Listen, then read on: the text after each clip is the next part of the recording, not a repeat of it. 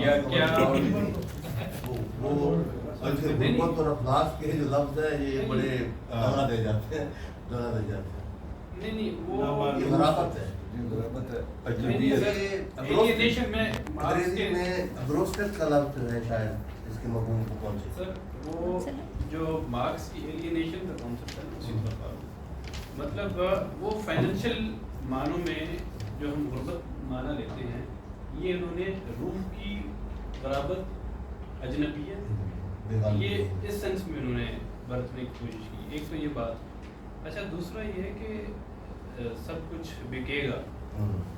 اب آپ چلتے جائیں کتابیں رسالوں میں چھپتی کہانی، کتابیں رسالے کہانی کے جملوں تک چلی گئی، پھر ان کے مفاہیم تک چلی گئی، پھر ان کے مصروں اور پھر اذیت کے انبار مطلب پھر ارادے انٹینشنلٹی آف جو آتھر ہے، پھر ارادوں کی آغوش کی بات بھی کر دی، دل اور آنکھیں.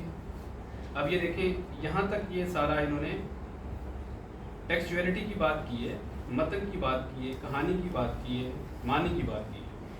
پھر اس کے بعد وہ دل اور آنکھیں، رویوں کے گلدان چہرے، ریاضت، رفاقت، یہ انسانیت اور اس کے جو چہروں کی جو بدنمائی ہے، جو منافقت ہے، اس کو انہوں نے ڈپکٹ کرنے کی کوشش کی ہے. پھر وہ صحافت کی مٹی سے گوندے ہوئے بالوں پر، یہ کتنا خوبصورت ہے. مطلب صحافت جو حقیقت کی ترجمانی کرتی تھی کسی زمانے میں، اور اس کے بالوں پر یہ بڑی خوبصورت ترکیب آئی ہے کہ جو پرواز ادا کرتی تھی، حقیقت سے شناسائی عطا کرتی تھی. پھر اس کے اندر جو حوالے ہوتے تھے، اور اب حوالے جو ہے وہ ترش اور کڑوے، حوالوں میں ترش اور کڑوے سے میٹھے نوالوں کی خوب ابھی چلتے ایک کیسکیڈنگ ہو رہی ہے، اور کڑی سے کڑی چیزیں ملتی چلی جاتی ہیں. پھر نوالوں، اچھا پھر تیرے میرے محبت بھرے ان خیالوں میں باہو کی ہو. اب یہ اس محبت اور ملاپ کی طرف چلی گئی ہیں، مسٹیسزم کی طرف چلی گئی ہیں. ہو کا عالم، ثواب اور گناہ، استعارہ نما. اب یہ مذہب کی طرف آ گئی ہیں، ثواب اور گناہ، استعارہ نما. عورتیں، مرد، بچے، صحیفوں کے ٹکڑے. اب یہ ازل سے ابد بھی، سبھی نیک و بد بھی، جہاں جو بھی تھا سب کچھ بھی گیا. اچھا یہاں تک یہ دیکھیں ون بائی ون چلتی چلی گئی ہیں. پھر اس کے بعد یہ مگر دیکھ سکتے نہیں ہم ہزیمت، یہ طاقت کی وحشت، خزانوں کے کھلتے ہوئے منہ. اب یہ خزانوں کے کھلتے ہوئے منہ کے اندر ان کو خاک و خون نظر آتا ہے، جو طاقت کے ایوانوں کی بھیڑ چڑھ گئے. نرسا ہاؤ ہو، ان کی جو چیخ و پکار ہے وہ ان کو سنائی دیتی ہے. بے حضور رنگ و بو، ٹھیک ہے. خال و خط کی یہ تحقیر، حسن کی جو یہ کہہ لیں بدنمائی ہو رہی ہے یہاں پہ. پھر تعبیر کے منتظر لوح تقدیر. آپ دیکھیں کتنی خوبصورت جو یہ لائن ہے، اس میں جو ترکیب ہے. تصویر پہلے جہانوں میں ایسی نہیں تھی، قیامت بھی ایسی نہیں تھی، وہاں بھی اصول و ضوابط تھی، لیکن یہاں بس دھندلکوں سے عمدہ ہوا آسماں پھوٹتے شکل.